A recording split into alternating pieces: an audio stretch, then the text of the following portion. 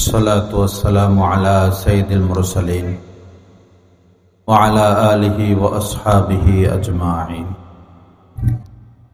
وأشهد أن لا إله إلا الله وحده لا شريك له وأشهد أن محمدا عبده ورسوله أما بعد قال النبي صلى الله تعالى عليه وسلم الغناء ينبت النفاق في القلب كما ينبت الماء الزرع أو كما قال عليه الصلاة والسلام اللهم صل على سيدنا ومولانا محمد وعلى آل سيدنا ومولانا محمد وبارك وسلم أستغفر الله الذي لا إله إلا هو الحي القيوم وأتوب إليه আল্লাহ পাক জাল্লা জালালুহু আমাদের সবাইকে মাফ করে দেন। আজকের মাহফিলকে রব্বুল আলামিন কবুল করেন, আমাদের সবাইকে কামিল হেদায়েত দান করেন। পুরা এলাকার নারী পুরুষ ছেলে মেয়ে আল্লাহ পাক সবাইকে হেদায়েত দান করেন, সবাইকে নেক জিন্দেগি দান করেন। আমার ভাইরা, একটি হাদিস শরীফ আমি আপনাদের খেদমতে পাঠ করলাম। হুজুর পাক সাল্লাল্লাহু আলাইহি ওয়াসাল্লাম বলেন, আল গিনাউ ইউনবিতুন নিফাকা ফিল কলবি, গান বাজনা মানুষের অন্তরের মধ্যে নেফাকি, কুফরি, নেফাকি, মুনাফিকি সৃষ্টি করে। অর্থাৎ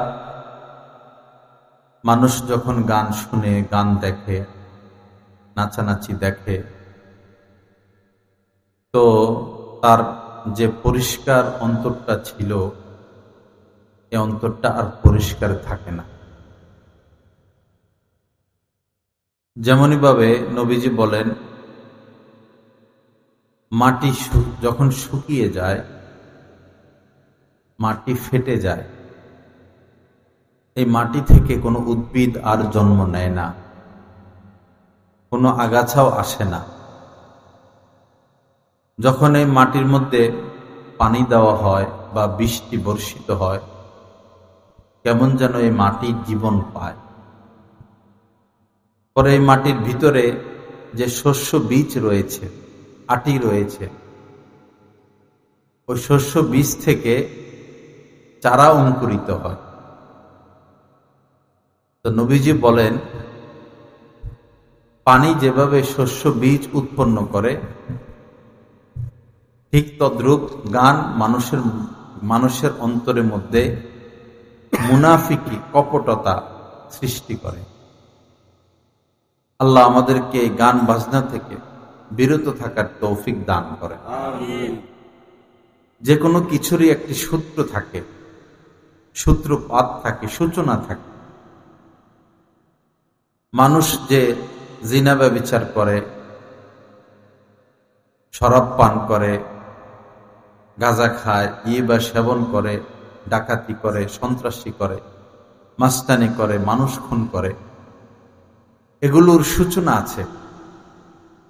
কেমন যেন হাজার পাপের সূচনা হচ্ছে গান বাজনা, হাজার পাপের সূচনা হচ্ছে গান বাজনা, হাজার পাপের মা বাবা, জন্মদাতা হচ্ছে গান বাজনা। একজন মানুষ যখন গান শুনে, গান দেখে, এই গানের একটা প্রভাব পড়ে তার অন্তরাত্মার মধ্যে। যেমন ওয়াজ শুনলে অন্তর আত্মার মধ্যে ভালো হওয়ার প্রভাব সৃষ্টি হয়, প্রভাব পড়ে। তেলাওয়াত শুনলে, ইসলামী গজল, হামদ, নাচ শুনলে সৎ পথে আসার আগ্রহ জাগে। তদ্রূপ গান শুনলে সৎ পথে আসার আগ্রহ জন্মায় না, বরং পাপ করার প্রতি আগ্রহ জন্মায়। আমি কোথাও যেন মাহফিলে যাচ্ছিলাম, গাড়িতে বসা, একটা দোকানে খুব জোরে গান বাজতেছিল। সর্বোচ্চ আমরা গানের আওয়াজ 10 সেকেন্ড বা 15 সেকেন্ড পেয়েছি। এই 10 সেকেন্ডেই আমার ভিতরের মধ্যে একটা পরিবর্তন আসলো। পরে আমি ভাবলাম যে মাত্র 10 সেকেন্ড গানের আওয়াজ কানে আসলো, এতেই অন্তর এতটা এদিকে ধাবিত হলো। তো যারা ঘন্টাকে ঘন্টা গান শুনে, গান দেখে, গান গায়, তাদের কি অবস্থা হবে? আল্লাহ আমাদেরকে বিরত রাখার তৌফিক দান করেন। গানের মধ্যে যে নাচানাচি হয়, আপনারা যদি গভীরভাবে চিন্তা করেন, ভাবেন, একজন নর্তকী, একজন নায়িকা তার শরীর দেখিয়ে দেখিয়ে, তার গোপন অঙ্গগুলো দেখিয়ে দেখিয়ে বিভিন্নভাবে নেচে নেচে মানুষকে তার দিকে আকৃষ্ট করে। মূলত এই গান আর এই তার নাচার দ্বারা তার দিকে আকৃষ্ট উদ্দেশ্য না, উদ্দেশ্য হচ্ছে পাপের দিকে আকৃষ্ট। যার কারণে একটা ছেলে, তার মনটা পবিত্র, 15 বছরের একটা বাচ্চা, 16 বছরের একটা তরুণ, তার মন পবিত্র, পাপের দিকে সে ধাবিত না। যখন সে গান শোনা শুরু করে, গান দেখা শুরু করে, অশ্লীল নাচানাচি দেখে, তখন সে আর স্থির থাকতে পারে না, প্রচন্ড ভাবে সে পাপের দিকে ধাবিত হয়। মেয়েদের পিছনে ঘোরাঘুরি করে, খারাপ জায়গার খবর নেয়, খারাপ জায়গায় যায়, বিশেষ করে জিনা ব্যভিচারের জন্য সে আগ্রহী হয়ে পড়ে। তাকে আর কেউ বাধা দিয়ে রাখতে পারে না, কারণ প্রতিনিয়ত সে গান শুনতেছে আর গানের থেকে সে উৎসাহ পাচ্ছে। জাদু দেখায় মানুষ, জাদু দেখায়, কালো জাদু, এগুলো অনেক ক্ষতিকর। জাদু করলে অনেক সময় মানুষ অসুস্থ হয়ে যায়, মারাও যায়। গানও একটা জাদু, গান বাজনা, ঢোল তবলা, এটাও একটা জাদু। এই জাদুর প্রভাব কি? প্রভাব হলো তাকে সে পাপ মুক্ত রাখতে দিবে না, তাকে সে পাপে লিপ্ত করবেই। একজন নারী, একটি মেয়ে, একটি ছেলে যত পবিত্র হোক, যত পবিত্র পরিবেশে থাকুক, এমনকি যদি তারা হাফেজও হয়, আলেমও হয়, দিনদারও হয়, তারা যদি গান দেখা শুরু করে, নাচ দেখা শুরু করে, আল্লাহর কসম তারা পবিত্র থাকতে পারবে না, সম্ভব না। অন্য বর্ণনা এসেছে ইয়াজিদু ফিশ শাহাওয়াত, যারা গান শুনে, গান দেখে, এই গান তাদের মধ্যে শাহওয়াত, কাম প্রবৃত্তি, জিনা ব্যভিচার করার প্রতি আকর্ষণ সৃষ্টি করে। আল্লাহ আমাদেরকে বেঁচে থাকার তৌফিক দান করেন। আরেকটা বিষয় হলো ওয়ায়ান কুসুল হায়া। নবীজি বলেছেন যে গানের তো অনেক খারাপ প্রভাব রয়েছে। গুরুত্বপূর্ণ প্রভাব হলো যে গান শুনবে, যে গান দেখবে, সে নির্লজ্জ হয়ে যাবে, বেহায়া হয়ে যাবে। দেখবেন আমাদের ছেলেরা এই শর্ট প্যান্ট পরে, নিজের এই যে উরু রান এটা খোলা রেখে চলাফেরা করে। এটাকে তো তারা অপরাধ মনে করে না, বরং গৌরব, গর্বের সাথে তারা চলাফেরা করে। এবং এরা উল্টা পাল্টা চুল কাটে, কানের মধ্যে ধুল লাগায়, হাতের মধ্যে চড়ি পরে, যা যা করার করে। এই যে যুবক ছেলেগুলো, তরুণ ছেলেগুলো নষ্ট হয়ে যাচ্ছে, বেলাইনে যাচ্ছে, এটার মূল কারণ গুলোর মধ্যে একটি হচ্ছে গান বাজনা। এবং যখন এভাবে নাচানাচি দেখে, তারাও নারীদের প্রতি আকৃষ্ট হয়। তখন ক্লাসমেট বা চাচাতো বোন বা খালতো বোন, তাদের পিছে তারা ঘোরাঘুরি করে, সম্পর্ক করতে চায়। সম্পর্ক হইলেও জ্বালা, না হইলেও জ্বালা। না হলেও এক পর্যায়ে ছেলেরা নেশামুখী হয়, আর সম্পর্ক হলেও বিভিন্ন কারণে নেশার দিকে তারা অগ্রসর হয়। প্রথমে ধূমপান, পরে আস্তে আস্তে গাঁজা, আস্তে আস্তে আরো উপরের দিকে। এখন একজন মানুষ বা খাওয়ার মতো টাকা তো থাকতে হবে, গোল্ড লিফ খাইলেও তো 10-15 টাকা চলে যায়। একটা যুবক ছেলে এত টাকা পাবে কই? গাঁজা খাইতে গেলে 30-40 টাকা খরচ হবে। ইয়েবা, ভালো ইয়েবা তো 700-800 টাকা দাম, আরো বেশি। এত টাকা সে পাবে কই? তখন চুরি করে, ডাকাতি করে, তারপরে রাত্রিবেলায় সন্ত্রাসী করে, মাস্তানি করে, এই নেশার টাকা সংগ্রহের জন্য। তো দেখুন সূচনা কি? সূচনা হচ্ছে গান বাজনা। আল্লাহ আমাদেরকে আকল দান করেন, সহি বুঝ দান করেন। এরপরে দেখুন আমাদের নারী জাতি, নারীদের প্রতি মোহব্বত আল্লাহ পাকেরও বেশি, রাসূলুল্লাহরও বেশি। নারীদের জন্য সবকিছু আল্লাহ রাসূল সহজ করেছেন। জান্নাতে যাওয়া সহজ এবং দুনিয়ার কাজকর্ম তাদের জন্য সহজ। যত পেরেশানি সব পুরুষের উপরে, বাজার করা, ঘর করা, আয় রোজগার করা, কত দায়িত্ব। আর মহিলাদের দায়িত্ব হলো আল মারআতু রাইআতুন আলা বাইতি যাওজিহা ওয়া ওয়ালাদিহি, ছোট্ট দায়িত্ব। নবীজি বলেন যে নারীদের দায়িত্ব হলো স্বামীর ঘর, স্বামীর সংসার, স্বামীর মাল সামানা এগুলো দেখাশোনা করা, আর স্বামীর সন্তানের লালন পালন। নারীর দায়িত্ব এতটুকু। পক্ষান্তরে পুরুষের কত দায়িত্ব। কিন্তু দেখুন একজন নারী এবং একটা মেয়ে যখন খারাপ পথে চলে যায়, নষ্ট হয়ে যায়, তার ক্ষতিটা কি? 100 যুবক, 1000 যুবক যদি খারাপ পথে যায়, নষ্ট হয়, সমাজের যে পরিমাণ ক্ষতি হবে বা তারা যে পরিমাণ ক্ষতি করবে, একটা নষ্ট মেয়ে এর থেকে বেশি ক্ষতি করে ফেলে। একটা নষ্ট মেয়ের দ্বারা এর থেকে বেশি ক্ষতি হয়।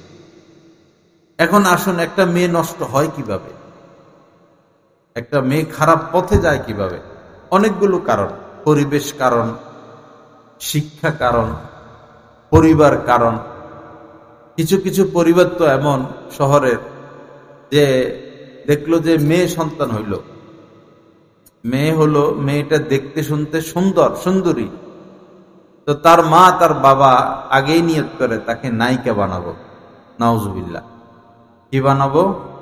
নায়িকা বানাবো। তাকে নর্তকী বানাবো। 5-7 হাজার 10,000 টাকা খরচ করে লোক রাখে, তারা এসে নাচ শিখায়, নৃত্য শিখায়। তো যারা নায়িকা হয়, যারা নর্তকী হয়, যারা ফ্যাশন হয়, এদের স্বভাব চরিত্র সম্পর্কে কিছু বলা লাগবে? এমন কোন নায়িকা আছে যার চরিত্র ভালো, স্বভাব ভালো? তো দেখুন এই মেয়েটাকে তো তার মা বাবা রাবেয়া বস্রিও বানাইতে পারত। এই মেয়েটাকে তার মা বাবা হাফেজা বানাইতে পারত, আলেমা বানাতে পারত, একজন গৃহিণী, একজন মা বানাতে পারত। কিন্তু মেয়েটার রং রূপ দেখে তারা প্রথমে নিয়ত করলো তাকে নায়িকা বানাবো, তাকে ফ্যাশন বানাবো। অথবা দেখেন যে দেখা গেল যে মেয়েটার কণ্ঠ সুন্দর, চেহারা সুন্দর না, রং সুন্দর না, কণ্ঠ সুন্দর, তখন এই ছোটকাল থেকে তাকে গান শিখায়, সে গান গায়, গান শিখায়, পরে সে গায়িকা হয়। যদি কেউ গায়িকা হয়, গানের পরিবেশে যার উঠা বসা হয়, সে কি তার স্বভাব চরিত্র ঠিক রাখতে পারে? কখনো পারে না। এই মেয়েটা নষ্ট হওয়ার জন্য কারণ কে? তার মা এবং তার বাবা, মূল কারণ তারা। একটা মেয়ে নষ্ট হওয়ার দিকগুলো আমি আলোচনা করতেছি। আবার দেখুন পরিবেশ। আমাদের যে ভার্সিটিগুলো, বিভিন্ন ভার্সিটিতে ইসলামী পরিবেশ বলতে নাই। ছেলেরা মেয়েরা অবাধে কথাবার্তা বলে, আলোচনা করে, আড্ডা দেয়, দিনে রাত্রে গোপনে, কোনো বাধা নাই ভার্সিটিগুলোর পক্ষ থেকে। রাত্রে 12টা 1টা 2টা পর্যন্ত তারা এই বিভিন্ন জায়গায় আড্ডা দিতে থাকে, পরিবেশ থাকে, ফুল বাগান আছে, গাছপালা আছে, কোনো বাধা নাই। তো একটা মেয়ে যখন এভাবে স্বাধীন হয়ে যায়, তার মা এখানে নাই, তার বাবা এখানে নাই, শিক্ষকদের মধ্য থেকে কোনো বাধা নাই, তো এই মেয়ে কতক্ষণ নিজেকে কন্ট্রোলে রাখবে? তার শারীরিক চাহিদা রয়েছে। এই কে ছবি তুললো এখানে আপনার পিছনে? এই যে মাথা নিচে করে আপনার পাশে লাল জামা, এই দাঁড়াতো ছেলে, কে ছবি তুললো এখানে? এই ছোট্ট বাচ্চা, এটা মনে হয়। হ্যাঁ, লাইট মারলো কি জন্য? তার হাতে মোবাইল দিবেন কি জন্য?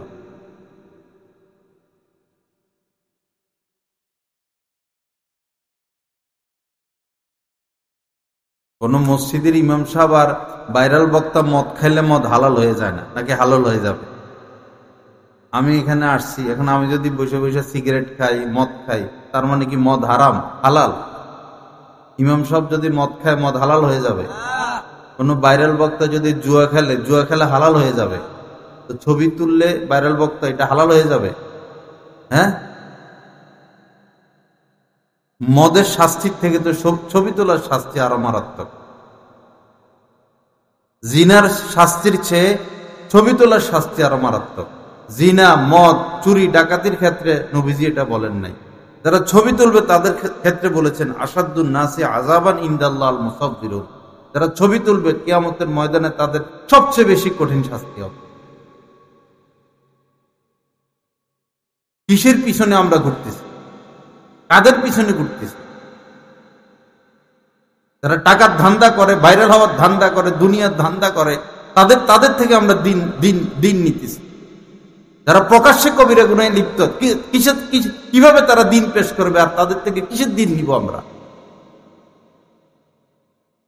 হাজার হাজার মানুষকে গুমরাহের রাস্তা দেখা, নিজেরা ছবি তোলে, আর তাদেরকে দেখে দেখে লক্ষ লক্ষ মানুষ বিনা প্রয়োজনে ছবি তুলতেছে, মানুষকে কবিরা গুনাহ শিখাচ্ছে। কোন বাইজিদ বোস্তামি যদি ছবি তোলে, কোন বড় পীর আব্দুল কাদের জিলানী যদি ছবি তোলে, আল্লাহ রাসূল বলেছেন কুল্লু মুসাফিরিন ফিন্নার, যে ছবি তুলবে তাকে জাহান্নামের আগুনে যাইতে হবে। ওয়াজ মাহফিল গুলো রং তামাশা, ওয়াজ মাহফিলের দিন আছে এখন? ছবি তোলার দান্দা।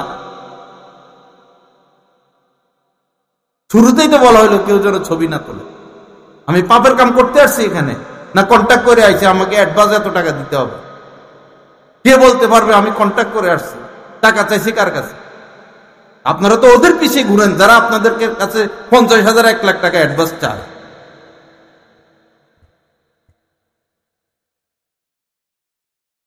আল্লাহ রাসূল কন্ট্যাক্ট করতেন।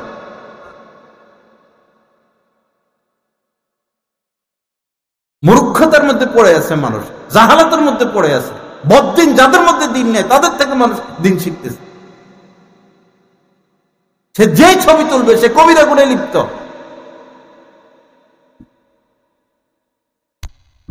আলেম ওলামা আছে, জিজ্ঞেস করেন আমি কথা সত্য বললাম না মিথ্যা বললাম।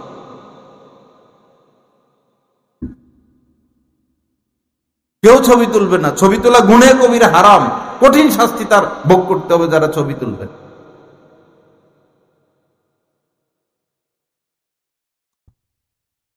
কথার মুডই নষ্ট হয়ে যায় বয়ানের মধ্যে ডিস্টার্ব করতে থাকে।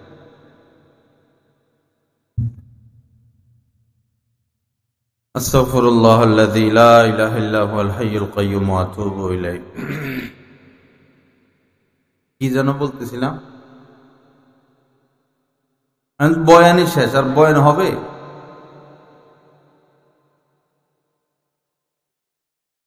লা ইলাহা ইল্লাল্লাহ আস্তাগফিরুল্লাহাল্লাযী লা ইলাহা ইল্লা হুয়াল হাইয়ুল কাইয়্যুম ওয়া আতুবু ইলাইহি। দাজ্জাল আসলে কোটি কোটি মানুষ দাজ্জালের পিছনে ঘুরবে, তো এই কারণ কি দাজ্জাল হক? ওই সময় তো আলেম ওলামা ওই সময় থাকবে, বলবে যে এটা দাজ্জাল, যেও না। কে শুনে কার কথা? সমানে ছুটবে দাজ্জালের দিকে মানুষ।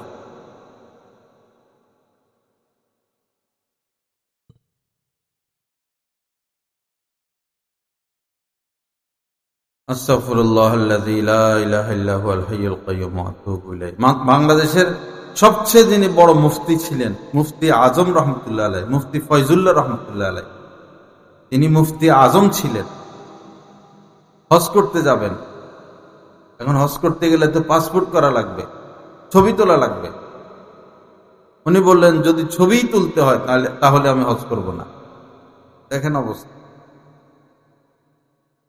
এখনো অনেক আলেমী দিন এমন আছেন যে হজ করছেন, উমরা করছেন, দ্বিতীয়বার আর হজ উমরা যায় না। যে ভাই দ্বিতীয়বার তো মুস্তাহাব, একাধিকবার উমরা যাওয়া তো মুস্তাহাব, এখন ছবি তোলা তো হারাম, এখন উমরা যাইতে হলে তো ছবি তুলতে হবে। বস ভাই মুস্তাহাব বাদ দাও, আমি ছবি তুলব না। এখনো এমনও আলেমী দিন আছে। আপনাদের কিশোরগঞ্জের মাওলানা বশির সাহেব, ওনার লিখিত ফতুয়া আছে, মুস্তাহাব হজ উমরার জন্য ছবি তোলা জায়েজ হবে না, হারাম হবে, গুনাহ কবিরা হবে।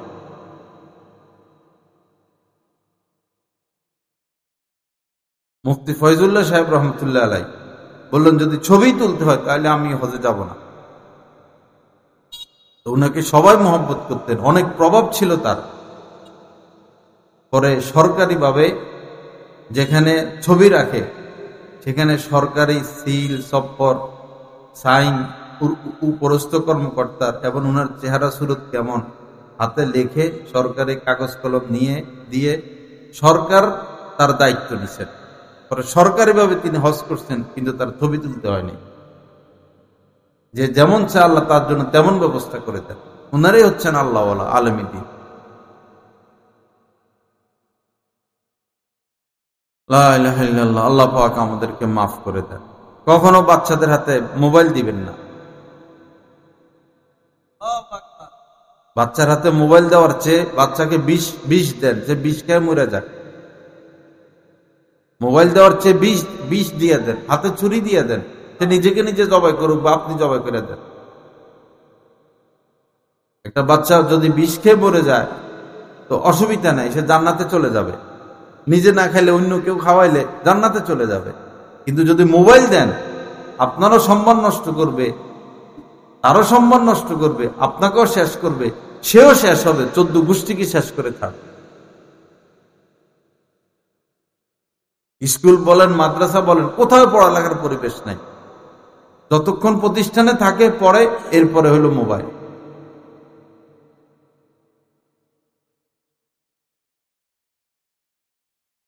আপনারা অভিভাবক যদি মোবাইল বাদ দিতে না পারেন তো এই আশা করবেন না যে ছেলে মেয়ে মোবাইল চালাবে না।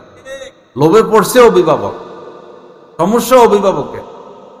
বাহানা দেয় ছেলে বিদেশ, স্বামী বিদেশ, কথা বলতে হয়। আপনি কোটি মোবাইলে কথা বলেন, আপনি ভিডিও কলে কথা বলবেন কেন? ভিডিও কলই তো নিষেধ শরীয়ত। দারুল উলুম দেওবন্দের ফতুয়ার উপর আর কোন মুফতি আছে ফতুয়া দিবে? ভিডিও কলই তো শরীয়তে নিষেধ। ইমু কি ব্যবহার করার মতো উপযুক্ত? ইমুর মতো খারাপ জিনিস আর কি? আপনি ইমুতে কথা বলবেন আর মুহূর্তে মুহূর্তে খারাপ ছবি আসবে। ইমু ব্যবহার করাই তো হারামের পর্যায়ে হারাম। ইমু ব্যবহার করে তো কেউ সুস্থ থাকতে পারবে না। ইমুতে কথা বলবেন, ঠাস করে একটা উলঙ্গ নারী চলে আসবে, আপনার চোখ সে জায়গায় যাবে, জোয়ান ছেলের চোখ সে জায়গায় যাবে, তরুণ ছেলের চোখ সে জায়গায় যাবে, তো সে তো পাপে লিপ্ত হবে।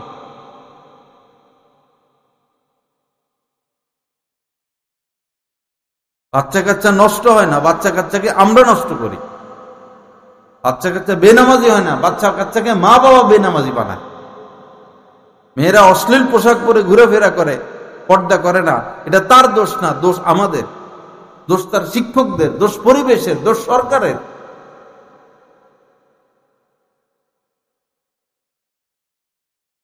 আল্লাহ আমাদের সবাইকে মাফ করে দেন। যদি সুন্দর জীবন কামনা করেন সন্তানদের, আল্লাহর হস্তে ঘরকে পাপ মুক্ত করেন। যেভাবে আপনারা উদ্যোগ নিয়েছেন, এখানে গান হবে না, তো গান তো হাতে হাতে, গান তো ঘরে ঘরে। কোন ঘর আছে যে ঘরে গান বাজে না? যে ঘরে ডিশ লাইন, যে ঘরে ওয়াইফাই লাইন, যে ঘরে টেলিভিশন, যে ঘরে টাচ মোবাইল, তারা কি গান মুক্ত? যে ঘরে টেলিভিশন, সে ঘরের মেয়েরা কখনো পর্দা সম্ভব না, সে ঘরে দিন টিকবে না।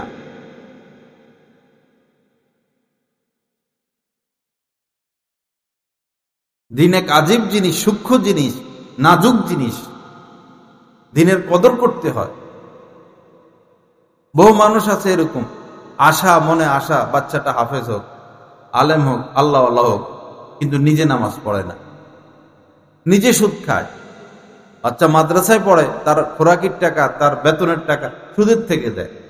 বাচ্চার জামা কাপড়, পোশাক, খরচ সুদের থেকে দেয়। তো সে কিভাবে হাফেজ হবে, সে কিভাবে আলেম হবে? তাকে তো আপনি হারাম খাওয়াচ্ছেন। একবার নয় আপনি 10 বার হজ করেন, এক চিল্লা নয় 10 চিল্লা দেন, 1 ঘন্টা জিকির নয় 20 ঘন্টা জিকির করেন, কিন্তু খাচ্ছেন তো সুদ। তো ইবাদত কোনটা কবুল হবে? কোন ইবাদত কবুল হবে? যে কোনো কিছুর একটা শর্ত থাকতে হয়। ইবাদত কবুলের পূর্ব শর্তই হচ্ছে হালাল রিজিক। অভাবের কারণে বর্তমান মানুষ সুদের পথে যায় না, স্বভাবের কারণে সুদের পথে যায়। স্বভাব খারাপ হয়ে গেছে। বাংলাদেশে কোনো অভাব নাই। বাংলাদেশের রাজের কাজ করলে 500-600 টাকা আসে, রিক্সা চালাইলে দৈনিক 1000 টাকা আসে, জুতার কাজ করলে 15-20 হাজার টাকা কামাইতে পারে। বাংলাদেশে কিসের অভাব? ভিক্ষা করলে 1-2 হাজার টাকা কামাইতে পারে। সুদ খাওয়াচ্ছে ভিক্ষা করা 1000 কোটি গুণ উত্তম। আপনি ভিক্ষা করে খান, আপনার লজ্জা থাকা উচিত। সুদ খাওয়ার চেয়ে কোটি কোটি গুণ উত্তম কাজ হচ্ছে ভিক্ষা করা। ভিক্ষা করে খান আপনি।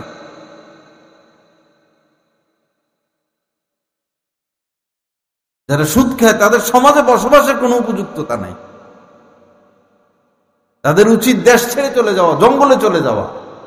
কারণ সুদের অপরাধের সর্বনিম্ন অপরাধ আপন মায়ের সাথে জিনা লিপ্ত হওয়া। যারা সুদ খাচ্ছেন, আপনাদের অপরাধটা কি আপনাদের জেনে রাখা উচিত। আপনি আপনার মায়ের সাথে ব্যভিচারে লিপ্ত হচ্ছেন প্রতিনিয়ত। আপনি আবার কমিটির পাওয়ার দেখান, আমি মসজিদের সভাপতি, আমি সেক্রেটারি, আমি ওয়াজ, যে জায়গায় যাই আশপাশ যারা বসে সব সুদখোর। কে বলছে মসজিদের মধ্যে এত টাইস করতে হবে আর এত মসজিদ? সুদখোরদের থেকে টাকা আনাই তো হারাম। তাদের সুদখোরদের টাকা মসজিদে লাগানো যাবে না, সুদখোরদের টাকা মাদ্রাসায় লাগানো যাবে না, সুদখোরদের টাকা ওয়াজ মাহফিলে লাগানো যাবে না। এটা তো টাকা না, এটা তো মাল না, এটা তো ব্যবহারের অনুপযুক্ত।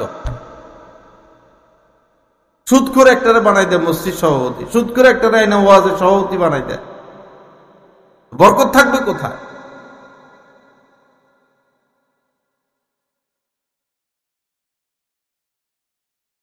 লা ইলাহা ইল্লাল্লাহ। আল্লাহ পাক আমাদেরকে মাফ করে দেন, সহি বুঝ দান করেন। জান্নাতে যাওয়া অনেক সোজা, জান্নাতে যাওয়া অনেক সোজা। আবার উল্টা পথে চললে জাহান্নামে যাওয়াও অনেক সোজা।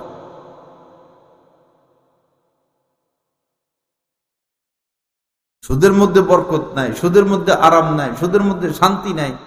খোদ আল্লাহ চ্যালেঞ্জ করছেন কোরআনে কারিমের মধ্যে, ইয়ামহাকুল্লাহুর রিবা। 1 টাকা সুদ নেওয়ার, 1 কোটি নেওয়ার, 100 কোটি নাও, এই টাকা বরকত নাই। আল্লাহ পাক নিশ্চিহ্ন করে দিবেন এই সুদকে, সুদের টাকাকে, সুদী ব্যবসাকে। আল্লাহর চ্যালেঞ্জের মোকাবেলায় আমরা সুদ খাচ্ছি। আমাদের দুঃসাহসটা কত বড়!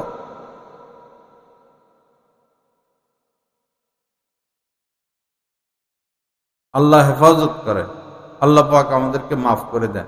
একটা গাছ যদি আপনি পানি ঢালেন, গাছটা সজীব হবে, সতেজ হবে, বড় হইতে থাকবে। যদি গরম পানি ঢালেন, গাছ টিকবে? একটা গাড়ি কিনে আনলেন 50 লক্ষ টাকা দিয়া, এখানে অকটেন দিতে হবে। এখন যদি কেরোসিন তেল দেন, পেট্রোল দেন, চলবে? একজন মানুষ, সে যদি সঠিক পথে চলতে চায়, আপনি যদি তাকে সঠিক পথে চালাতে চান, তাহলে তাকে হালাল খাওয়াইতে হবে। আপনার সন্তান, তাকে আপনি হালাল খাওয়াবেন। আপনার স্ত্রী, তাকে হালাল খাওয়াবেন। তখন আপনার কথা শুনবে, তখন সে দিন মোতাবেক চলবে। এখন স্বপ্ন ছেলে হাফেজ হোক, স্বপ্ন ছেলে আলেম হোক, স্বপ্ন ছেলে আল্লাহ হোক, খাওয়াইতেছেন তো হারাম, বেতন দিচ্ছেন হারাম থেকে।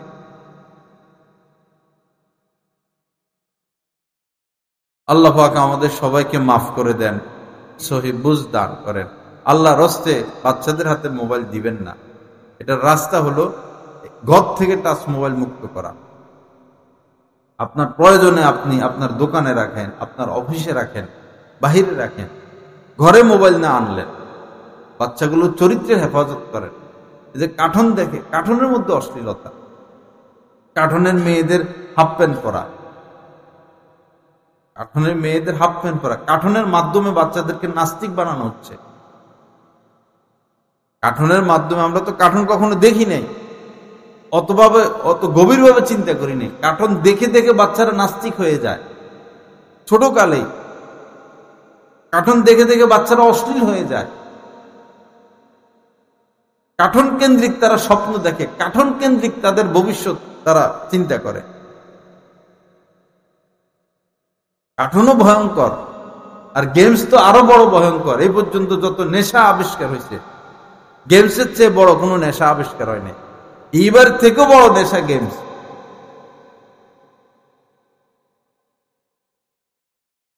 ইসলামী সরকার যদি থাকতো তো গেমস বন্ধ করে দিত। আমরা তো ভোট দিতে, আমাদের দেশের মানুষ তো দল পূজা করে, হিন্দুরা মূর্তি পূজা করে, মাজারিরা মাজার পূজা করে, আর বাংলাদেশিরা দলের পূজা করে। দলের থেকে চোর ডাকাক দাঁড়াক, গুন্ডা দাঁড়াক, বদমাইশ দাঁড়াক, ওই তারে ভোট দিয়ে দিবে। ভালো সরকার যদি ক্ষমতা আসে, সেই অশ্লীলতা বন্ধ করবে, অন্যায় বন্ধ করবে, মদ বন্ধ করবে, গাঁজা বন্ধ করবে, জিনা বন্ধ করবে, জুলুম বন্ধ করবে, দুর্নীতি বন্ধ করবে, দেশের সম্পদ যারা বিদেশে পাঠায় সেগুলো বন্ধ করবে, লুটপাট বন্ধ করবে। বাংলাদেশের টাকা যদি বিদেশে যাওয়া বন্ধ করে দেয়, বাংলাদেশে আর কোনো দারিদ্রতা নাই, আর কোনো সমস্যা নাই। সেই বিগত সরকারের আমলে যেভাবে সমানে দেশের টাকা বিদেশে পাচার হইতো, এটা আজ পর্যন্ত বন্ধ হয়নি, বরং আরো দ্রুত গতিতে এখন দেশ খালি হচ্ছে। গরিবের ছেলেরা, মধ্যবিত্তের ছেলেরা সৌদি আরব থেকে, লন্ডন থেকে, ইতালি থেকে, মালয়েশিয়া থেকে, বিভিন্ন রাষ্ট্র থেকে সমানে দেশে টাকা আনে, আর এই দেশের নেতা খেতারা সমানে দেশ খালি করতেছে। আমরা সবই জানি, কিন্তু আমরা ওই যে দলের পূজায় পড়ছি। আল্লাহ রস্তে বাবারা, বাচ্চাদেরকে মোবাইল দিবেন না, শেষ হয়ে যাচ্ছে প্রজন্ম।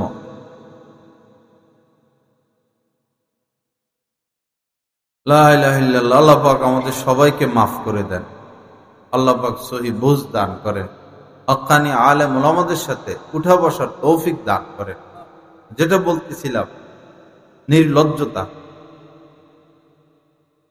হাদিস শরীফের মধ্যে এসেছে, ইন্নাল হায়া ওয়াল ঈমানা কুরানাউ জামিআ, যে হায়া, লজ্জা এবং ঈমান তাদের অবস্থান পাশাপাশি পাশাপাশি থাকে। ফাইদা রুফিআ আহাদুহুমা রুফিয়াল আখার, কেউ যদি নিজের থেকে এই দুইটার একটাকে উঠিয়ে দেয়, দ্বিতীয়টা তার থেকে আপনাতেই উঠে যায়। অর্থাৎ কেউ যদি ঈমানকে নিজের থেকে উঠিয়ে দেয়, যেমন বেদিনেরা, তো তার মধ্যে লজ্জা থাকবে না, লজ্জা আপনাতেই বিদে নিবে। দেখেন সেই পাশ্চাত্য বিশ্বের মা কি, মেয়ে কি, ভাই কি, বোন কি, মহিলাদের গায়ে পোশাক নাই, উলঙ্গ অর্ধ উলঙ্গ থাকাই তাদের পেশা, নেশা। কেন? তারা ঈমান অস্বীকার করছে, যার কারণে তাদের থেকে হায়া চলে গেছে। আর আমাদের দেশে তো আর ঈমানকে অস্বীকার করে না, আমাদের দেশে হায়াকে উঠাইয়া দেয়। মাথায় কাপড় দেয় না, শরীর ঢেকে রাখে না, শহরের মেয়েরা শার্ট প্যান্ট পরে, জিন্স প্যান্ট পরে। যদি কেউ নিজের থেকে হায়া উঠিয়ে দেয়, এক পর্যায়ে তার থেকে ঈমানও চলে যাবে। এ হলো ভয়ের বিষয়। ভয়ের বিষয় এই, আমরা আগে দেখতাম যে দেশ গ্রামে হিন্দু মহিলারাও পর্দা করত, মুসলমানদের সাথে থাকতে থাকতে। আর এখন হিন্দুরা কি পর্দা করবে? মুসলমানদেরই অবস্থা খারাপ। ভাগলপুর হাসপাতালে বিদেশি মেয়েরাও পড়তে আসে, ইন্ডিয়ান মেয়েরা, ছেলেরা নেপালের মেয়েরা ছেলেরা, হিন্দু মেয়েরা ছেলেরা পড়তে আসে। ওইখানের এক ডাক্তারকে আমি বললাম, আমার সাথে সম্পর্ক রাখে, বললাম এই হিন্দু মেয়েরা যারা আসে এরা তো পর্দা টর্দা তেমন করে না, গায়ে তো তেমন কাপড় রাখে না। তো বললো এরা তো পর্দা করে না, পর্দা বুঝে না। কিন্তু মুসলমান মেয়ে যেগুলো ইন্ডিয়ার থেকে, বা আমাদের মুসলমান মেয়ে যেগুলো, এগুলোর অবস্থা আরো বেশি খারাপ, এগুলোর অবস্থা আরো বেশি খারাপ। যেখানে নিজেকে ঢেকে রাখার দায়িত্ব ছিল, ইমানি দাবি ছিল, সেখানে নিজেদের গোপন অঙ্গ প্রকাশ করাই তাদের পেশার নেশা হয়ে গেল। আল্লাহ হেফাজত করেন, সহি বুঝ দান করেন। বাবা, নিজের পায়ে নিজে কোড়াল মারলে আপনি কাউকে দায়ী করতে পারবেন না। যেভাবে ভূমিকম্প শুরু হয়েছে, ভূমিকম্প শুরু হলো, ভূমিকম্প কেন হচ্ছে এই দিকে ধাবিত হচ্ছে না, বরং ভূমিকম্প থেকে কেমনে বাঁচবে। অনেকে নিয়ত করছে যে দেশ গ্রামে চলে যাবে, 20 তলা 30 তলা বিল্ডিং আর থাকবে না, ঘুমাবে না। অনেকে বাসা ছাড়িয়ে দিতেছে, বড় 10 তলায় থাকে, 15 তলায় থাকে, থাকবে না। ভূমিকম্প আসলে তো এগুলো আগে ভাঙবে। ভূমিকম্প কেন হচ্ছে আপনি সেটা না চিন্তা করবেন, এই গজব কেন আসতেছে। পাপ যত বাড়বে ভূমিকম্প তত বাড়বে, জিনা যত বাড়বে ভূমিকম্প তত বাড়বে। এটা জিনার প্রভাব, ব্যভিচারের প্রভাব। আর কিয়ামতের আগে ভূমিকম্প বাড়তেই থাকবে, ভূমি ধস হবে। আল্লাহ আমাদেরকে মাফ করে দেন। আমার ভাই, আল্লাহর গজব আসলে মসজিদের ইমাম সাহেবেরও রক্ষা নাই, মুসল্লিদেরও রক্ষা নাই, পীর সাহেবেরও রক্ষা নাই, মুরিদেরও রক্ষা নাই। পাপ গজব যখন আসবে, গজবকে ঠেকাই পাপ ছেড়ে দিই, গজবকে ঠেকাই পাপ ছেড়ে দিই। সর্ব অঙ্গে আমরা পাপে লিপ্ত, সর্ব অঙ্গ দ্বারা, হাতের দ্বারা পাপে লিপ্ত, পায়ের দ্বারা পাপে লিপ্ত, অন্তরের দ্বারা পাপে লিপ্ত, জবানের দ্বারা পাপে লিপ্ত, বিশেষ করে চোখের দ্বারা পাপে লিপ্ত। 1 লক্ষ মুসলমানের মধ্যে একজন মুসলমান পাওয়া কঠিন হবে যিনি নজরকে হেফাজত করেন। আপনারা হিসাব করে দেখেন আমার কথা সত্য না মিথ্যা। 1 লক্ষ মুসলমানের মধ্যে একজন পাওয়া কঠিন হবে যিনি শরীয়ত সম্মতভাবে তার নজরকে হেফাজত করেন। একজন পাওয়া কঠিন হবে।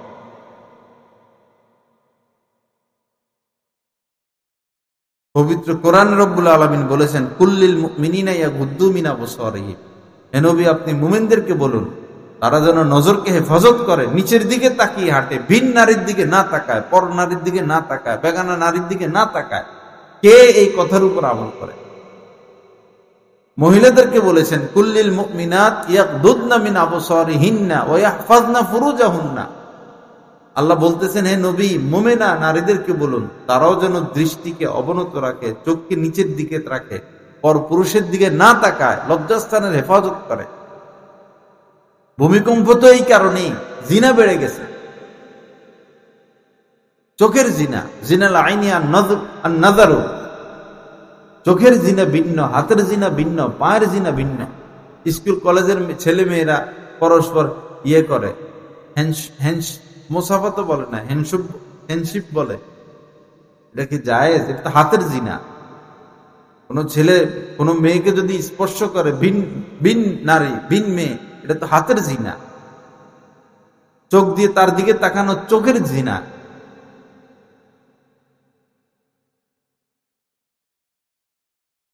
বেশিরভাগ ফ্যামিলির এই অবস্থা যে আপনি মেয়ে বিবাহ দিচ্ছেন, শান্তি নাই, ব্যাপার কি? জামাতা আরেক মহিলার সাথে পরকীয়া।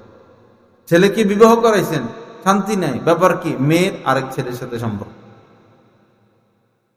বিয়ের আগে এত খবর নেওয়া যায়? বিয়ের আগে তো শুধু রূপ লাবণ্য দেখে, টাকা পয়সা দেখে। রূপ লাবণ্য একটা ঘরে আনলো, পরে আস্তে আস্তে জানা গেল যে 17টার সাথে প্রেম ভালোবাসা করে ছাড়ছে। এর নিয়ে স্বামী সুখ করবে কিভাবে? তার তো মন উতাল পাতাল।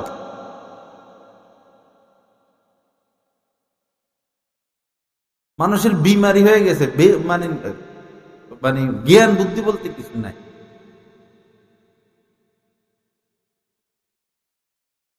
এতবার বলা হলো ছবি না তুলতে, ছবি না তুলতে, সেই কাজে ব্যস্ত। মনে হয় আল্লাহ নতুন করে আয়াত নাজিল করছেন, ছবি তোলা ফরজ হয়ে গেছে।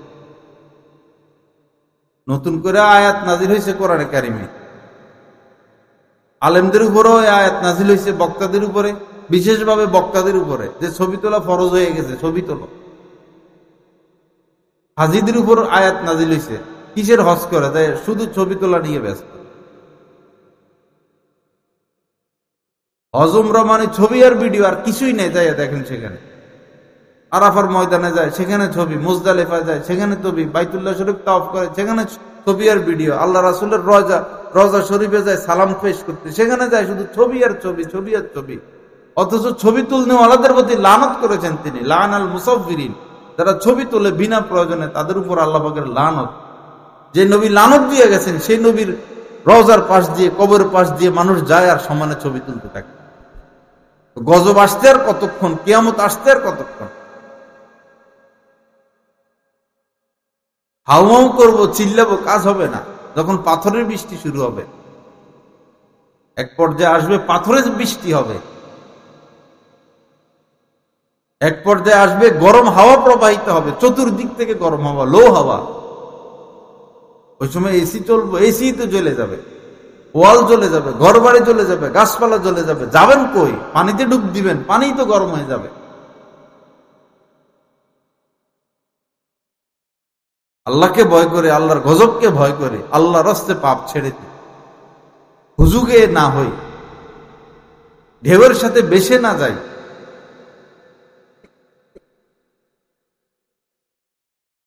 যিনি একটা কবিরা গুনাহ লিপ্ত, তিনি আল্লাহর ওলি না। একটা কবিরা গুনাহ যিনি লিপ্ত,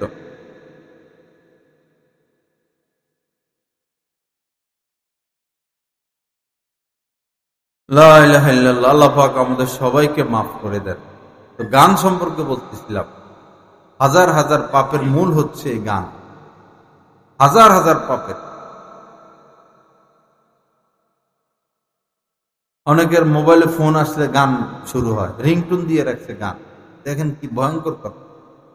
রিংটোনের মধ্যে গানও দেওয়া ঠিক না, তেলাওয়াতও দেওয়া ঠিক না, গজলও দেওয়া ঠিক না, কোনোটাই ঠিক না। স্বাভাবিক একটা রিংটোন দিবেন যেটা গানের বাদ্য না। বিভিন্ন সেটে এরকম বাদ্য আছে, রিংটোন আছে যেটা গানও না, গানের বাদ্যও না, গজলও না, ওয়াজও না, কিছু না। অনেকে মনে করবেন যে তেলাওয়াত দিই, ভালো জিনিস, মোবাইলে তেলাওয়াত দেই, মোবাইলে কল আসলে তেলাওয়াত বাজবে। তো দেখুন, আপনি মোবাইল নিয়ে মনে করেন বাথরুমে গেছেন, এখন কেউ ফোন দিল, তো কি শুরু হইল? তেলাওয়াত। আল্লাহর কোরআন তেলাওয়াত শুরু হইল বাথরুমের মধ্যে।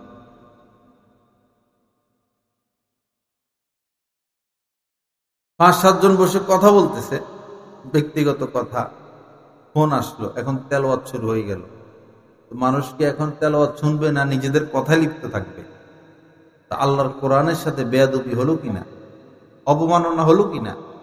সবচেয়ে বড় অবমাননা হইল যে রিংটোনে আপনি তেলাওয়াত দিলেন, তেলাওয়াত চলতেছে, আপনি তেলাওয়াতটা কাইটা ব্যক্তিগত কথা শুরু করলেন। তেলাওয়াত আসলে তো আর কেউ শুনবে না, কেটেই তো কল ধরতে হবে। উচিত তো ছিল তেলাওয়াতটা শোনা, আপনি তো শুনলেন না, আপনি কেটে দিলেন কি? আপনি ফোন রিসিভ করলেন। ফোন রিসিভ মানেই তো তেলাওয়াতটা কাটা। তো তাহলে আল্লাহর কথার চেয়ে আপনার কথাকে আপনি প্রাধান্য দিন, কত বড় ভুল। এজন্য রিংটোন তেলাওয়াতও না, গজলও না, সঙ্গীতও না, গানও না, ঢোল তবলাও না, স্বাভাবিক কিছু আওয়াজ টিক টিক করে বা এরকম কিছু শব্দ আছে, এগুলো দিয়ে রাখবেন, নিরাপদ। আল্লাহ সহি বুঝ দান করেন, আল্লাহ পাক আমাদেরকে মাফ করে দেন। যাই হোক ভাইয়েরা, মানুষ হতে হবে আমাদের। দিন দিন আমরা এমন দিকে যাচ্ছি যে মনুষ্যত্ব বিদে নিচ্ছে। হাদিস শরীফের মধ্যে এসেছে, ইয়া বিউ দীনাহু বিআরাজিম মিনাদ দুনিয়া, তুচ্ছ দুনিয়ার লোভে মানুষ ঈমান বিক্রি করে দিবে, দিন বিক্রি করে দিবে। 10 টাকা লাভের জন্য মিথ্যা কথা বলে। এত দুর্নীতি, ইহুদি খ্রিস্টানদের মধ্যে এত দুর্নীতি আছে, বাংলাদেশে যত দুর্নীতি।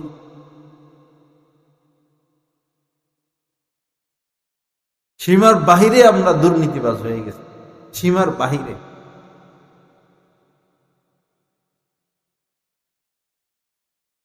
আল্লাহ আমাদেরকে হেফাজত করেন। অপরাধ, আপনি 70 হাত মাটির নিচে গিয়েও যদি অপরাধ করেন, বাবা এটা গোপন থাকবে না। এটার ক্ষতি আপনাকে আক্রান্ত করবেই। আপনার চেহারার মধ্যে পাপের আসর চলে আসবে, জিন্দিগির উপর পাপের আসর চলে আসবে। 12-13 বছরের পোলাপান যখন সিগারেট খাওয়া শিখে, তো গোপনেই তো খায়, লুকায় লুকায় খায়। এটা কি আর গোপন থাকে? যারা মদ পান শুরু করে, তো প্রকাশ্যে তো করে না, গোপনেই তো খায়। এটা কি আর গোপন থাকে? বিচারকরা অনেকে সুদ খায়, ঘুষ খায়, 10,000, 20,000, 1 লাখ। আমাদের বৈরবে তো 5 লাখও খায়, 5 লাখ 10 লাখ চলে। তো যে বিচারক, নেতা সাহেব, অমুক দলের সভাপতি, চেয়ারম্যান সাহেব এরকম টাকা খায়া খায়া বিচার করে, টাকা তো খুব গোপনেই নেয়। এটা কি গোপন থাকে? কোন অপরাধটা গোপন থাকে? অপরাধ করলে এটা গোপন থাকে না। প্রথম হলো তার চেহারার উপর এটা প্রভাব চলে আসে, তার আমলের উপর প্রভাব চলে আসে, তার কথার উপরে প্রভাব চলে আসে, তার চাল চলনের উপর প্রভাব চলে আসে, তার পোশাকের উপর প্রভাব চলে আসে, এবং সে পাপীদের সাথে উঠা বসা করে। নেক লোক ভালো লাগবে না, নেককার ভালো লাগবে না, আলেম ওলামার কথা ভালো লাগবে না। আবার কেউ যদি 70 হাত মাটির নিচে গিয়ে ভালো কাজও করে, ওইটাও গোপন থাকে না, তার চেহারায় নূর চলে আসে, মানুষের অন্তরে তার প্রতি ভালোবাসা চলে আসে। খারাপ মানুষ তার কাছে ভালো লাগে না, খারাপ পরিবেশ তার কাছে ভালো লাগে না, খারাপ পোশাক তার কাছে ভালো লাগে না, হারাম খাবার খাদ্য তার কাছে ভালো লাগে না। তো গোপন থাকলো নেক কাজ। এজন্য আসি, পাপের কাজ ছাড়েই নেকের কাজ ধরি, পাপের কাজ ছাড়েই নেকের কাজ ধরি। আপনি যত ভদ্রলোক হন না কেন, আর যত প্রভাবশালী হন, আর যত ইজ্জতের অধিকারী হন, আপনি যদি মিথ্যে কথা বলেন, আপনার এই প্রভাব থাকবে না, এই প্রভাব থাকবে না। আপনার এই স্ত্রী বলে বসবে, তুমি তো মিথ্যা কথা বলো। আপনার 7-8 বছরের বাচ্চা একদিন বলে বসবে, আব্বু তুমি তো মিথ্যা কথা বলো। এটা অভদ্রতা, এটা নিচুতা, এটা ইমানদারের সাথে শোভনীয় না, মুসলমানের সাথে এটা শোভনীয় না। একজন নামাজি মানুষ মিথ্যা বলতে পারে না, একজন ইমানদার মিথ্যা বলতে পারে না। বাজারে কিনতে গেলে সমানে কিনা দরে দিয়ে দেয়, আপনার জন্য দান, কিনা দরে দিয়ে দিলাম। মাছ কিনতে যান, তরকারি কিনতে যান, বিভিন্ন জায়গায় কি দরে দেয়? কিনা দরে। 100 টাকা, আচ্ছা যাই হোক, 100 টাকা দিয়ে কিনছি, দান 100 টাকাই দেন, কিনা দরে দিয়ে দিলাম। তো সবাই আপনি কিনা দরে দেন, আগামীকাল মাল কিনবেন কিভাবে? আপনার পুঁজি গেল কই? এই কথাটা বলা দরকার। দরকার কি ছিল? বলতে পারেন যে অল্প লাভ করলাম, লাভটা অল্প করলাম, এটা বলেন। বেশি লাভ করাও জুলুম। আমি ভৈরব বাজার থেকে মোজা কিনছি, আমি সাধারণত কেনাকাটা পারি না। কেউ যে মানুষ যেটা বলে আমি বিশ্বাস করে বসি, কোনো কেনাকাটা আমি পারি না। কেউ নিয়ে যাই, তারাই মুলামুলি করে, পছন্দ করি আমি। তো মোজা কিনলাম, এই কয় জোড়া, 6 জোড়ার মতো, 6 জোড়া। তো উনি কয় একদম বলে দিই, আমি দেন একদমে কম, মূল্যামূল্য ভালো লাগে না। তো বলে 200 টাকা করে জোড়া, 1200 টাকা। কথা তো আগে কয়ে ফেলছি একদম। যাক, পরে নিয়ে আসছি, এখন আনার পরে দেখি 50 টাকাও না এগুলার জোড়া। রাস্তাঘাটে 50 টাকাও বেশি, তো কত লাভ করলো? তো এখন আর ওই কষ্টে মোজা এগুলা পড়তে ভালো লাগে না, এত লাভ করছে। এরকম জুলুমও ঠিক না। তো আপনি মনে করেন টাকা ভাঙটি, 1000 টাকা ভাঙটি লাগবে, বা রিক্সা থেকে নামলো 20 টাকা দিবে, আছে 500 টাকার নোট, দোকানদারের কাছে গেল, ভাই ভাঙটি আছে, ডাইরেক্ট বলে না, এটা মিথ্যা কথা হইল না? এটা মুদি দোকানে কি 500 টাকা ভাঙটি থাকে না? আপনি বলেন যে ভাই আছে, আমি দিতে পারবো না, আমার বেচা কিনা সমস্যা হবে, এটা বলেন। ডাইরেক্ট ভাঙটি নাই এটা কেন বলবেন? কেউ বিপদে পড়ছে, তার 5,000 টাকা দরকার, আপনার কাছে ঋণ চাইল, ভাই বিপদে পড়ছি, আমার 5,000 টাকা ঋণ দাও, আমি 1 সপ্তাহের মধ্যে দিয়ে দিব। না ভাই, টাকা পয়সা নাই, টাকা পয়সা নাই। আসলে কি টাকা পয়সা নেই? কথা কি সত্য? লাখ লাখ টাকা, কোটি কোটি টাকা তোমার কাছে, 5,000 টাকা দিতে পারো না? ঋণ দেওয়া অনেক বড় ইবাদত। মান নাফাসান মুসলিমিন কুরবাতান মিন কুরাবিদ দুনিয়া নাফাসাল্লাহু আনহু কুরবাতান মিন কুরাবি ইয়াউমিল। যে দুনিয়াতে কোনো মুসলমান যদি কোনো মুসলমানের বিপদ দূর করে, কিয়ামতের দিন আল্লাহ পাক তার বিপদ দূর করে দিবে। এটা একটা বিপদ না? অন্ধ লোক রাস্তা পার হবে, রাস্তাটা পার করে দিলেন। কেউ পরামর্শ চাইলো, তাকে পরামর্শটা দিলেন। একজন মানুষ বিয়ে করবে, একটা মেয়ের ঠিকানা দিলেন, আপনার মাধ্যমে একটা মেয়ের বিয়ে হলো, আপনার মাধ্যমে কাহারও একটা চাকরি হলো, বিদেশে যাবে 1 লাখ টাকা শর্ট, আপনি 1 লক্ষ টাকা দিলেন বা ব্যবস্থা করে দিলেন। ভাই আমাদের কাম কি? কামে তো এটা আল্লাহ পাক সন্তুষ্ট হবেন এমন কাজই তো আমরা করব, যেন আমরা জাহান্নাম থেকে বাঁচতে পারি। কিন্তু আমরা শুধু জায়গা জমি কিনো, ব্যাংক ব্যালেন্স করো, ব্যবসা বাণিজ্য করো, ঘর বাড়ি করো, শুধু দুনিয়া দুনিয়া দুনিয়া। আমাদের যারা দেশ চালায় তারা হইলো শুধু বিদেশে টাকা পাঠানো নিয়ে ব্যস্ত,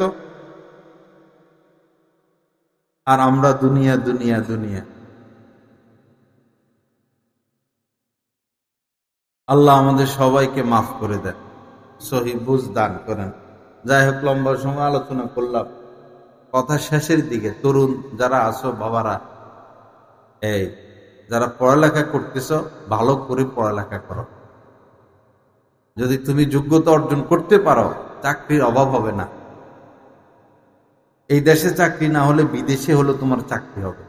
যোগ্যতা আছে, পাশ করছে, যোগ্যতা আছে, আল্লাহর কসম তার চাকরি আছে। মাদ্রাসা লাইনে হোক, স্কুল লাইনে হোক, চাকরির অভাব নাই। আর নকল করেও পাশ করলে, কোন রকম এই পরীক্ষার রাত্রে পড়ে পাশ করলে তো তুমি চাকরি পাবে কই? ভালো করে পড়ালেখা করো, আরো ভালো করে পড়ালেখা করো, মা বাবার মুখ উজ্জ্বল করো, নিজের ভবিষ্যৎ গড়ো। আজে বাজে কাজ করো না, মেয়েদের সাথে সম্পর্ক করো না। দুনিয়াও শেষ, আখেরাতও শেষ। এই পৃথিবী মুসলমানদের হাতে ছিল, স্পেন আমরা রাজত্ব করেছি, ভারতবর্ষ আমাদের হাতে ছিল। আমাদের রাজা বাদশারা, বর্তমান রাজা বাদশারা দুর্নীতি নিয়ে ব্যস্ত, চুরি ডাকাতি, বিদেশে টাকা পাঠানি। আর আগের রাজা বাদশারা হইল নারীর লোভ ছিল আর নেশার লোভ ছিল। বুঝেন নাই কথা? বর্তমান রাজা বাদশারা কি নিয়ে ব্যস্ত? বিদেশে টাকা পাঠানো। আমাদের যত এমপি হয়েছে এই পর্যন্ত, বাংলাদেশ স্বাধীন হওয়ার পর থেকে যত এমপি মন্ত্রী, 10 জন পাইবেন যে বিদেশে টাকা পাচার করে নাই, দুর্নীতি করে নাই। আমি তো চ্যালেঞ্জ করি, 10 জন মন্ত্রীর নাম বলেন যারা চুরি করে নাই, দুর্নীতি করে নাই, বিদেশে টাকা পাঠায় নাই। কেউ তো আমার চ্যালেঞ্জের মোকাবেলায় 10 জনের নাম পেশ করতে পারে নাই। বর্তমান রাজা বাদশারা বিদেশে অর্থ পাচার নিয়ে, দুর্নীতি নিয়ে ব্যস্ত। আগের রাজা বাদশারা নারী আর মদের নেশা ছিল, এই নারী আর মদের ধান্দায় পড়ে পড়ে তারা রাজত্ব হারায়। মুসলিম দেশগুলো বেদিনদের হাতে চলে যায়।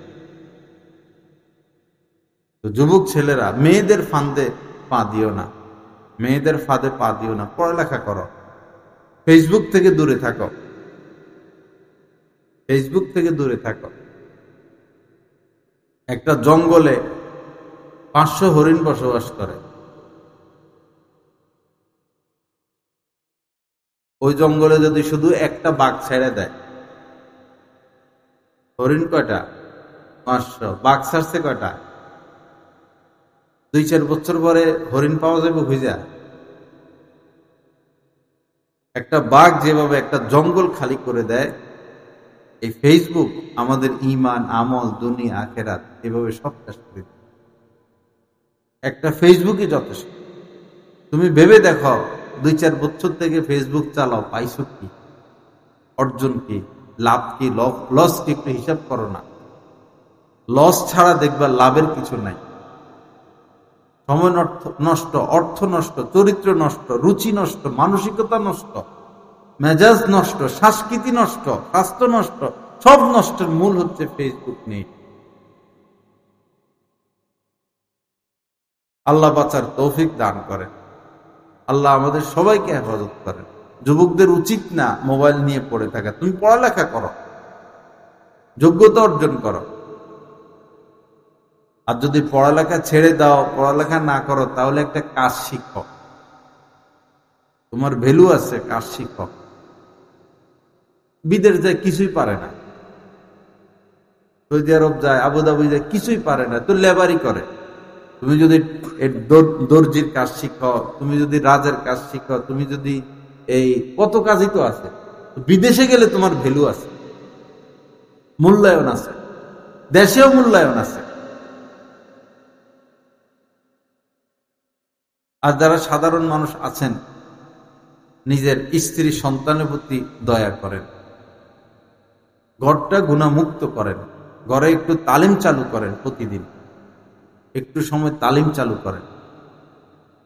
হাদিসের কিতাব যদি তালিম করতে চান, রিয়াজুস সালেহিন আছে,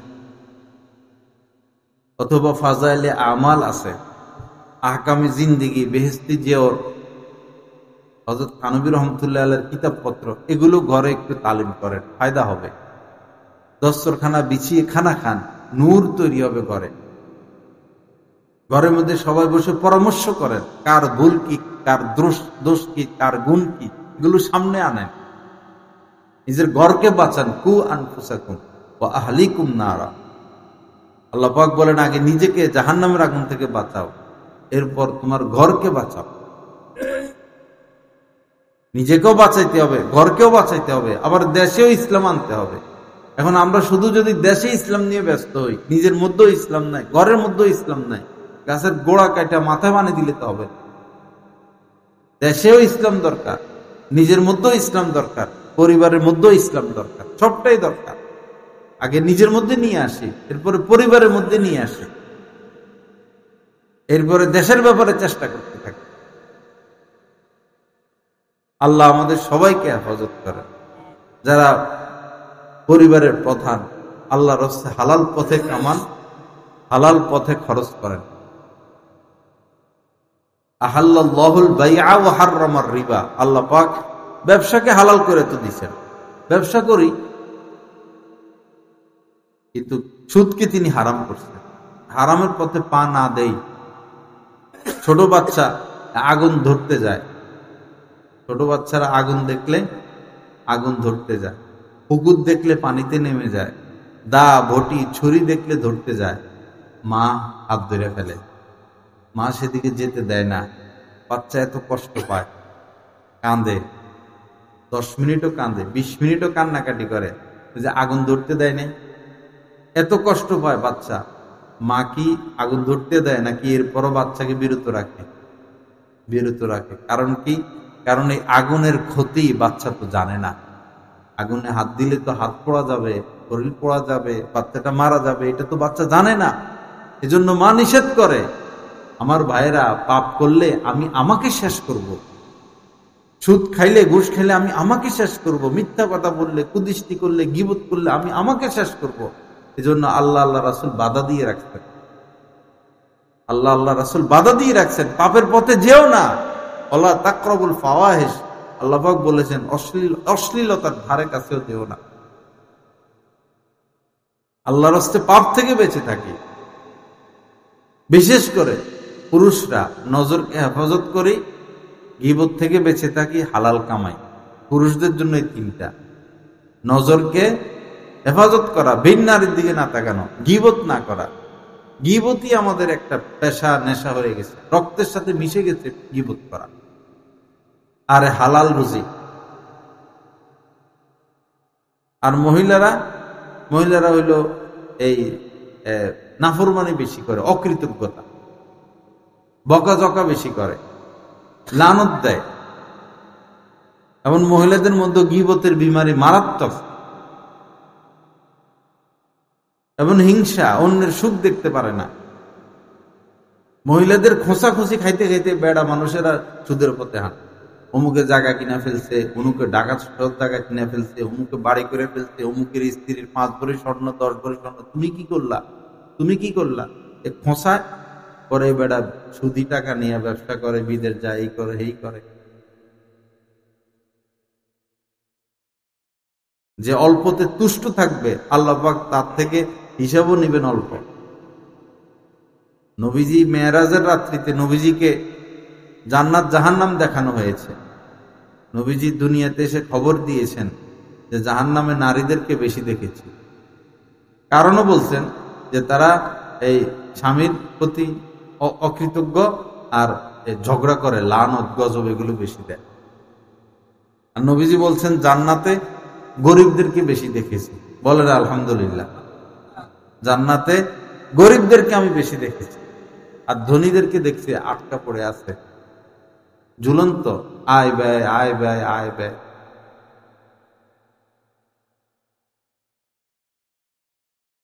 আর ধনী মানুষ যদি জাকাত দিয়া দেয়, আয় ব্যয় স্বচ্ছ রাখে, তাহলে কোনো টেনশন নাই, কোনো টেনশন নাই। আপনি 1000 কোটি টাকার মালিক হন, অসুবিধা নাই, কিন্তু সুদের পথে না আগান।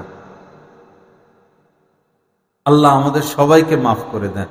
আর সবার প্রতি অনুরোধ থাকবে, সবাই একজন দ্বীনী মুরব্বী মেনে চলবে, যাকে ভালো লাগে।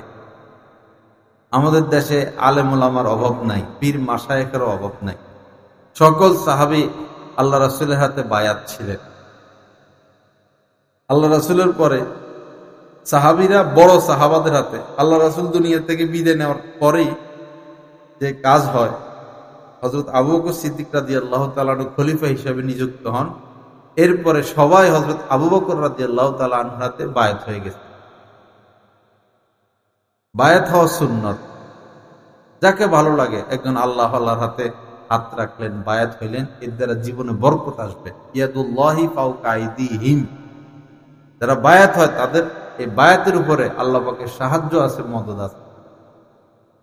হুদায়বিয়াতে 1400 সাহাবী নবীজির হাতে বায়াত হয়েছেন, তখন আল্লাহ পাক আয়াত নাযিল করতেন, ইয়াদুল্লাহি ফাওকা আইদিহিম, যারা আপনার হাতে হাত রেখে বায়াত হলো, তাদের হাতের উপরে আমার হাত। আল্লাহর হাত মানে আল্লাহর দয়া, আল্লাহর মহব্বত, আল্লাহর ভালোবাসা, আল্লাহর মদদ। যে কোনো একজন নেককার লোক, আলেম মানুষ, তার সোহবতে আসা যাওয়া করা চাই। একদিনের ওয়াজে জীবন পরিবর্তন হওয়া কঠিন, সোহবত লাগবে, আলেমদের সোহবত। আপনার গ্রামে, আপনার থানায়, আপনার এলাকায়, আগে গ্রামে খোঁজেন, এরপরে এলাকায় খোঁজেন। যার কাছে গেলে, যার কথা শুনলে, যার সাথে বসলে গুনাহ থেকে বাঁচা যায়, তার সোহবতে উঠা বসা শুরু করেন। এলাকায় না পেলে আরেক এলাকায় যাবেন, এই থানায় না পেলে আরেক থানায় যাবেন, খুঁজতে হবে। এবং আল্লাহ পাক রাখছেন জায়গায় জায়গায় আল্লাহওয়ালা, ডাক্তার আছে, আমাদেরকে খুঁজে নিতে হবে। আল্লাহ পাক আমাদের সবাইকে কোনো না কোনো আল্লাহওয়ালা আলেমে দ্বীনদের সোহবতে উঠা বসার তৌফিক দান করেন। ছবি ভিডিওর এই ফিতনা থেকে আল্লাহ পাক আমাদেরকে বেঁচে থাকার তৌফিক দান করেন। হক্কানি আলেম ওলামা চিনা এবং তাদেরকে কদর করা এবং তাদের সাথে থাকার তৌফিক দান করেন। লা ইলাহা ইল্লাল্লাহ। 6 তারিখে কোন যাবেন না মাদ্রাসার নাম? 6 তারিখে একটা প্রোগ্রাম আছে, ওখানে আমারও বয়ান আছে, নারায়ণপুর মনে হয়।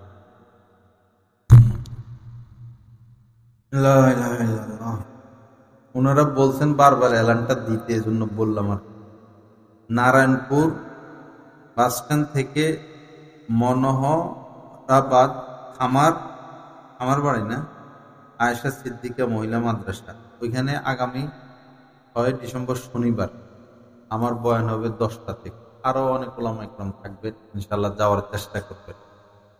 আরেকটা হলো এই যারা প্রয়োজনে মোবাইল ব্যবহার করেনি এবং করবেনি, তাদের জন্য একটা এলান হইল, যে একটা অ্যাপ খোলা হয়েছে, খুবই দরকারি একটা অ্যাপ। এখানে 3 ভাষার তারিখ দেওয়া আছে, বাংলা, আরবি, ইংরেজি। এবং এই অ্যাপে কোরআন শরীফ দেওয়া আছে, তেলাওয়াত করতে পারবেন, তেলাওয়াত শুনতে পারবেন। এই অ্যাপে নামাজের ওয়াক্ত দেওয়া আছে, সেহেরি ইফতারের ওয়াক্ত। এরপরে এখানে অনেকগুলো ইসলামিক কিতাব দেওয়া আছে, তফসির দেওয়া আছে, মুসলমান বাচ্চাদের নাম দেওয়া আছে, বয়ান দেওয়া আছে, গজল, আমনাত এগুলো দেওয়া আছে, কেবলা দেওয়া আছে, আরো অনেক কিছু নিয়ে একটা অ্যাপ সাজানো হয়েছে। এই অ্যাপটা আপনারা ডাউনলোড করে নিতে পারেন। অ্যাপের নাম হলো ইমানি জিন্দেগি। অ্যাপের নাম হলো ইমানি জিন্দেগি। প্লে স্টোরে গিয়ে টাচ করে বললেই হবে ইমানি জিন্দেগি, অথবা বাংলায় লিখবেন অথবা ইংরেজিতে লিখবেন, এরপরে এটা আসবে। ঘরে রাখলে ইনশাল্লাহ বিভিন্নভাবে আমাদের ফায়দা হবে। আল্লাহ আমাদেরকে আমলের তৌফিক দান করেন। আর কেউ আলোচনা করবে? আছে তো কইবেন না? আমি আরো লম্বা করছি, আসছেন উনি মাসাল পিছনে